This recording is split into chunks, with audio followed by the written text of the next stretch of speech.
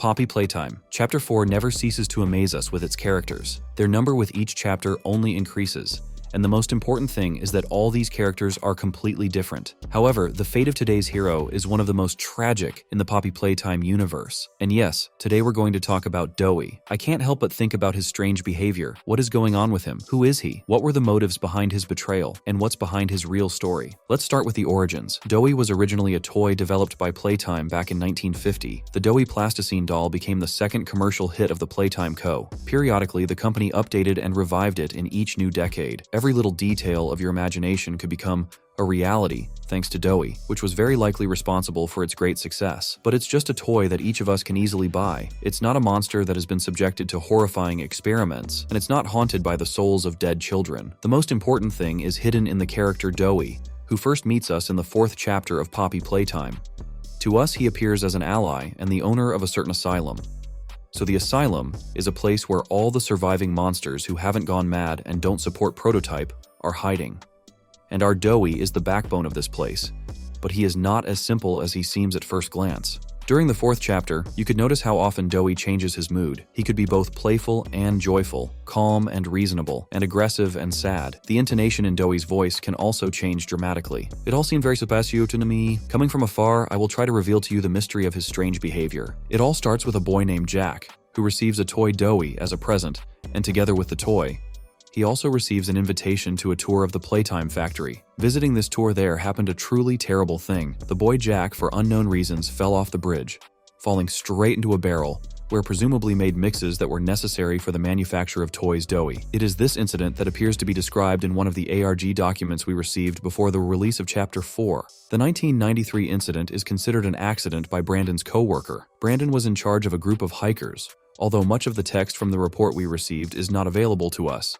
Examining key words and phrases such as several people falling behind, shouting over what was happening and setting off alarms, as well as a list of possible causes of the incident in which we can see a paragraph about possible bad parenting, all of which gives us insight into the date of Doey's creation. It is very likely that Doey was created as a result of the experiments known as the Bigger Bodies Initiative in 1993. Experiment number 1322 is quite unusual, differing from the experiments we are already familiar with in that it was created from 3 people at once. Project Doey includes subjects numbered 1322A, 1322B, and 1322C. 3 different kids. 3 different personalities. Who were these kids before the experiment? The very first one who took the serial number 1322A became already familiar to us, Jack Ayers. During the passage of Chapter 4, our character finds a mysterious letter in which an unknown person addresses Jack's parents and tells them to return to the factory in 6 weeks if they want to see their son again. So apparently the incident at the Playtime factory didn't lead to the boy's final death, but somehow it was critical to his life. So the only way to save him was to experiment. The second child, who received the number 1322B, was Kevin Barnes. For the first time, we could hear about Kevin in the 3rd chapter, having found a secret VHS tape in the house, on which the employee records his reports, which are suddenly interrupted by a child who suddenly broke in. So from this VHS tape, we did not even manage to pull out useful data. But do not be upset, because the continuation of the above-mentioned report presented to us already in Chapter 4, a certain scientist provided us with a huge characterization of Kevin, but in brief, we can highlight the following points. And overview the suitability of one Kevin Barnes in relation to Project Doey. Trouble getting along with others, aggressive and often confrontational social tendencies, and an otherwise combative nature clearly relay that Kevin is, put simply, a problem child. The subject excels in all physical tests.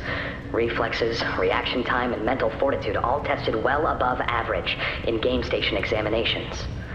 So, in spite of said concerns, in Dr. Sawyer's eyes, Kevin is ideal for the project. Although Kevin was a bully in the orphanage and a difficult child, apparently this character is fully revealed at the end. All this did not prevent him from showing excellent results in the tests at the PlayStation. Concerns haunted the scientists, but Dr. Harley Sawyer still considered the boy suitable for the project. As for the last child, numbered 1322C, his name is Matthew Hallard. Chapter 4 contains a report on the subject, which details the history of Matthew, and here's what they say about him. A miracle child in every sense, kind, tactful, and understanding, not as smart and physically developed as other children, but very charismatic, which compensates for his shortcomings. Matthew came to the orphanage at the age of 15. He is not very confident, but he acts as a leader for the younger children. And now we know that Doey hides 3 very different personalities. Very young and kind, aggressive and strong, mature and judicious. This explains the constant change of Doey's character and mood. Each of his personalities fights with each other, occasionally displacing each other. However, our character is often in contact with the 1322C personality, Matthew Hallard, who tries to be restrained to the last. Remember a little earlier in the video, I mentioned a letter that was addressed to Mr. and Mrs. Ayers, the parents of Jack Ayers. That letter told them to return to the factory in 6 weeks if they wanted their son back. So they returned to the playtime factory within that time frame for their son, but only now they see in front of them not that innocent Jack, but a giant monster, which he became thanks to the experiments of scientists. Mr. and Mrs. Ayers still try to talk to their son, but in the process, they meet with different personalities Doey, and that is why these people, from time to time, seems to him completely unfamiliar, for a clear reason, and then he and it all takes off on them, screaming and killing. Mommy won't lie to you, Jackie. Mommy won't hurt you. I'd never hurt you. Hey, open this door. Oh, God. Susan, please, open the door, please.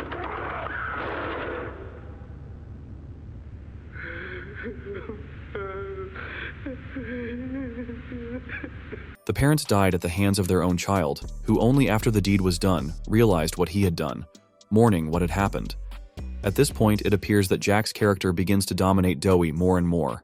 Matthew's personality struggles with other personalities, not letting childish naivety or excessive aggression take over Doey's behavior, wanting to be a harmonious version of himself.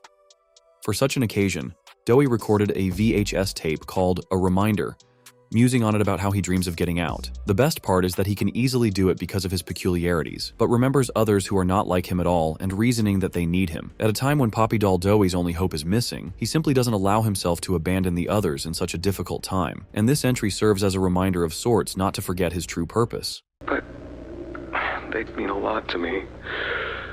A lot more than I thought they did. And having seen what I have, knowing how they see me, how much they need me, I'm going back. I wanted to make this in case I ever doubt or forget that. Just play this and remember. But all this was relevant until our character's foot stepped on the territory of the asylum and irreversible things happened there. The sanctuary is destroyed, and all his friends are dead. Everything he had cherished and protected over the years is gone. Aggressive character traits take over Doey, turning him into a horrible monster, ready to kill our character. After a long chase, Doey does catch our character, making one last attempt at revenge. During the final scene, Doey shows all 3 of his personalities.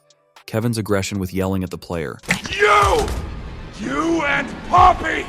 It's all your fault! Want to kill you! Kill everyone who hurts me! Matthew's revelation, admitting that he wanted to do the best. I'm trying to be better. To be who they needed. Not smart enough. Not good enough. And after the final death, he has the strength left for just a few words. Doey cries and apologizes, most likely personifying Jack. I'm sorry. I'm sorry.